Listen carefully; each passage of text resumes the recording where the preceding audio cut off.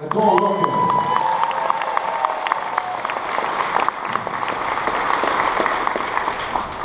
Nicole, as you were standing on that stage, your rival sitting next to you, did you get all intense? Did you start thinking about blades? Swords and ladies. Cutting her heels down?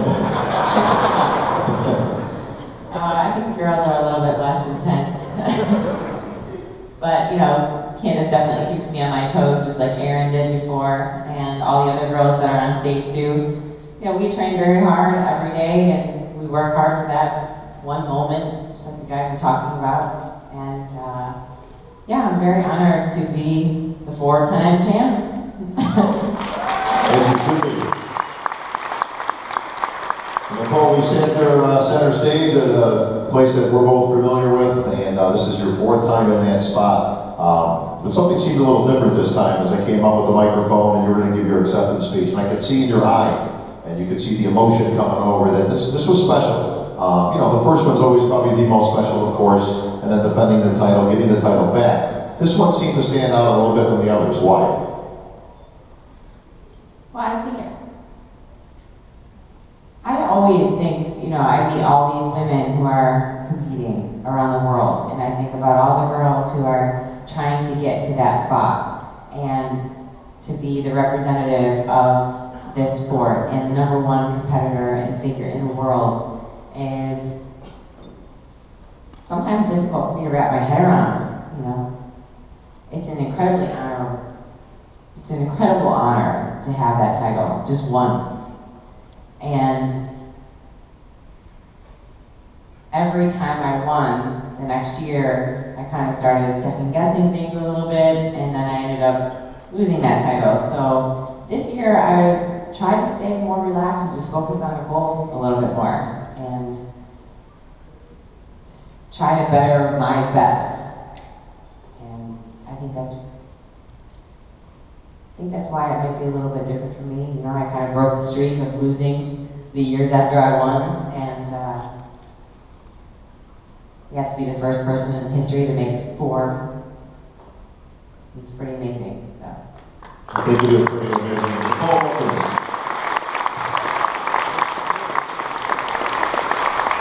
let's give it up for your returning, defending, and now 3-time 212 champ, Flex Rhoden.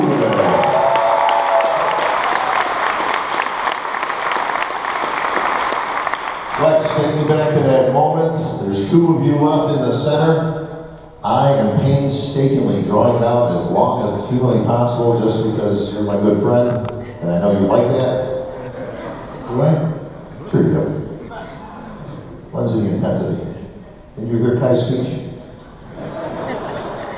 Well, Flex, congratulations, obviously. Like I say, you're 3rd pick, right behind Phil. Every time he seems to win one, you seem to win one, so you can see out of the folks a very special 212 Showdown Olympia award was presented by Rafael Santoa, and actually, did you drink anything out of it, like milk or anything like they do with the NASCAR? There was a few attempts last night, I know. Maybe. But Flex, this one was a dogfight. Last year, I think it came in. I think pretty much everybody would pretty much agree. You kind of breeze into the winner's circle. I mean, with all due respect to the other competitors, you just seem to overwhelm them. You won easily. This year was a little bit of a fight, wasn't it? well, guys, I'm sure you will all agree, last night was a phenomenal production. So first and foremost, give a round of applause to Wida and Robin Chan and all the staff, because they put on a show.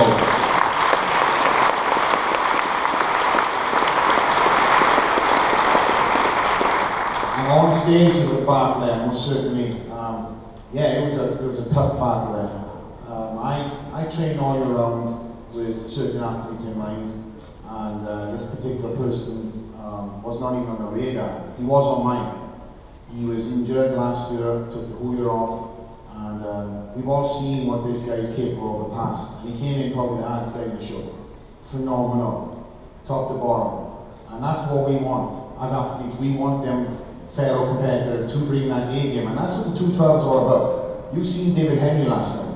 Guys won the actual competition a few years prior. Did he make the top 6? That's a scary thought. If any anybody is off, is somebody's on.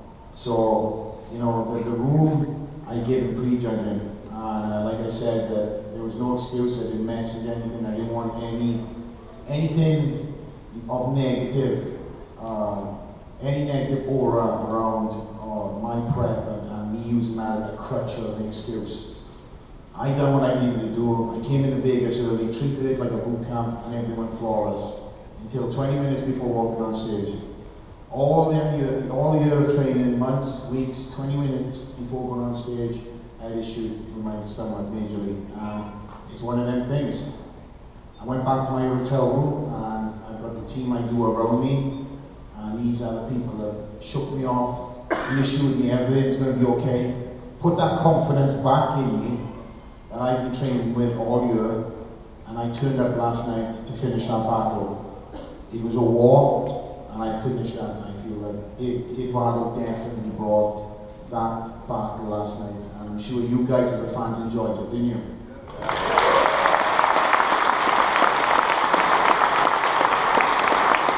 And this is what bodybuilding is all about. You know, you've got Phil and Kai battling up here, and in the 212s, next year could be somebody else. That's the great thing about the 212 class. It's such a mixture of close physiques that if anybody is off, that title could be lost. But you know what, guys? You know, I walk and talk, I travel all year round as a champ. I know how it feels to have this, and I pride myself. I say that I stay humble and driven. That is my motto. But when it comes down to the crunch, nobody's going to take this away from me. I will refine my physique. I'm at the top end of the weight. The only thing I can do now is keep on refining what I've got. And I will stay in this 212 as long as I physically can and be the advocate of this class and push the 212 class around the world, and you know, being an aspiring athlete for middleweights, light heavyweights and heavyweights for this class.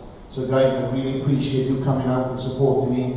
From whatever country and state you are, again, it really means it from my heart. I always speak, I have no script, no anything, it always comes straight from the heart. So again, looking in your eyes, guys, thank you so much from me to you. Thank you, Chris.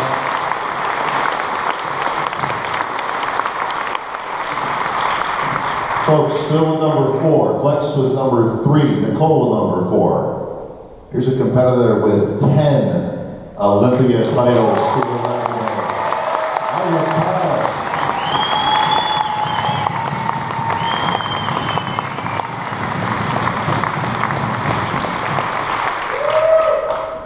Wow. Iris, 10.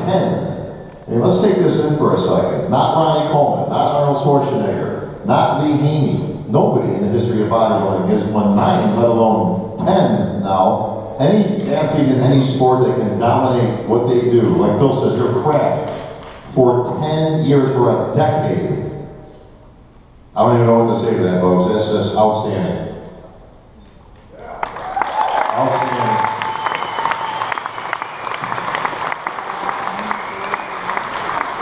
Even Dexter is humbled by it. So Iris, congratulations, your 10th victory. Like I said, you can't say enough, obviously, about your career. I'm not surprised too much on stage. I mean, I've seen a whole lot of things in my days on there, but you actually surprised me on stage as I came over. We've been doing this for 10 years straight, you know, with the obligatory speech, and hey, I'm not stopping anytime soon. I'll be back next year for number 6, number 7, number 8, number 9. But this year, you told me, I'm done. I'm good. I'm walking away. I can't think that there's any better spot to go out, Iris, than on the Olympia stage in the winner's circle. So your thoughts as we were in the middle and, 10,000 plus or 100 feet. There's no crying in bodybuilding, Iris.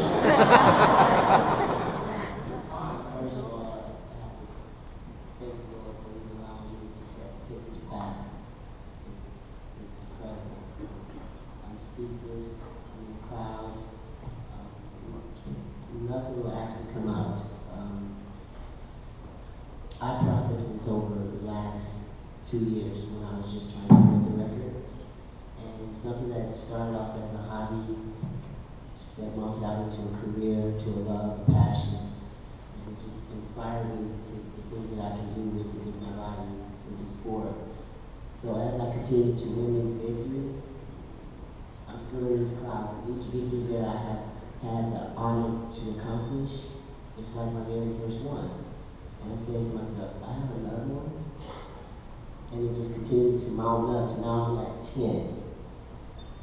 And I said, I love this sport. I love how I help my fans and everyone. You know, I get so many different messages from people saying, thank you, thank you, thank you. No, thank you. Because without all the fans and all the messages that I receive from all ends of the world, I mean, I don't think I could be number 10 for just my own persona, working out and training and dieting. So it's all of you guys that help me get there. And how did I come about retiring? I think, look, 1, just to stand on stage, first of all, is an honor to be with all the leagues over the world.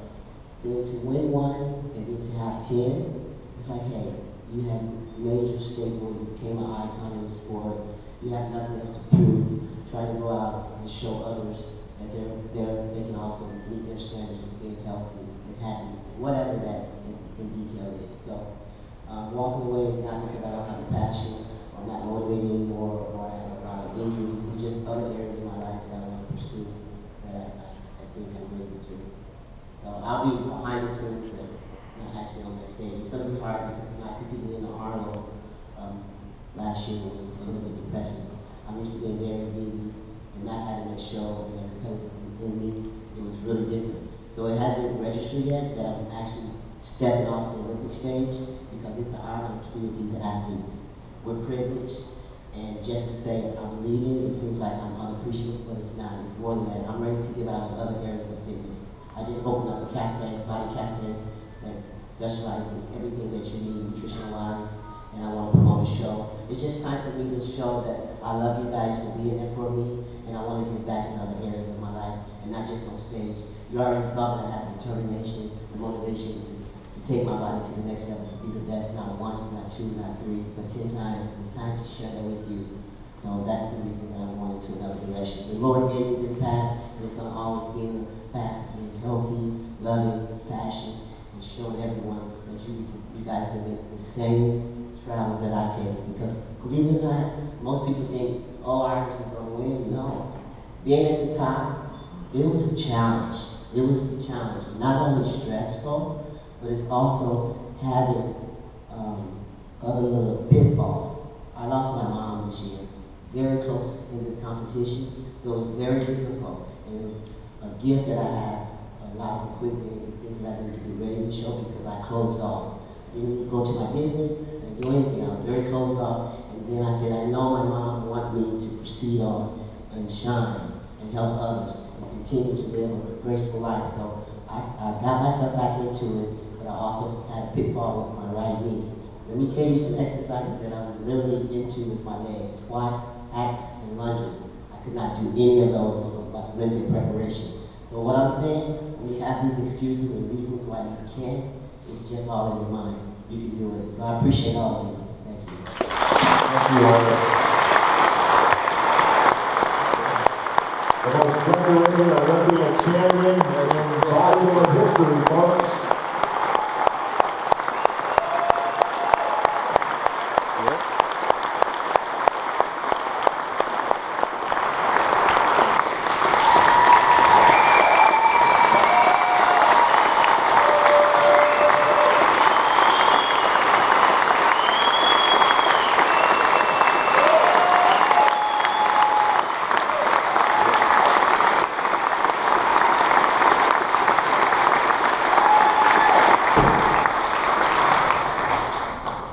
Well deserved, Iris, well deserved. Well, from 10 Olympia titles to her first one, breaking new ground this year, ladies and gentlemen, your 2014 Olympia Women's Physique Champion, Juliana Mama-Carmen.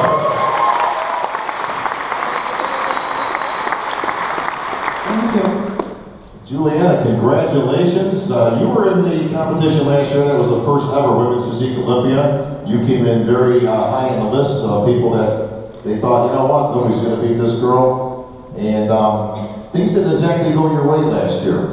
Dana Lynn Bailey, as we all know, winning the show, and good for her.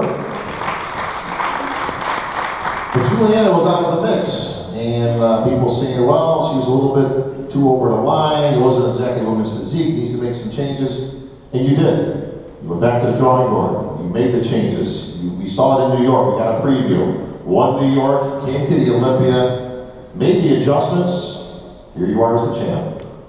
Yes, thank you. Bob, I have no words to express my happiness and I can't believe that I'm here today. This is a dream for me. 10 years ago, I could never imagine I would be in the United States. I would be a professional bodybuilder, physique. And now I'm here. I'm with these amazing people. I'm with these people who support me. It's just, I have no words to express myself. I just want to thank you everybody for always supporting me and believing in me. And I always believe very much that I could do it.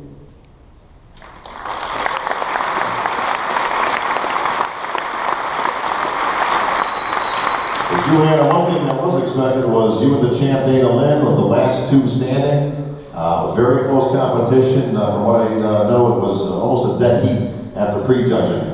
Pretty much the judging panel split 50-50. So it came down to the night show and the finals. And when the smoke cleared, of course, you were victorious. But take me through your journey this year and the mindset that goes into knowing that you've got to make some changes. You've got to commit, make these changes, and that's not the easiest thing to do. I'm a very persistent person, as people can see. I did 15 pro figure shows, and I never got a first call out. But I kept going and showing my face. And as I say, I always believed myself, and I never thought I wasn't good enough to do it. My body didn't fit the criteria. So this year, I decided to adjust. I said, I'm gonna do it again. I'm coming back, and I want to show something different. I want to see if I bring the package that they're telling me to do, if I become smaller, and the way the physique criteria is.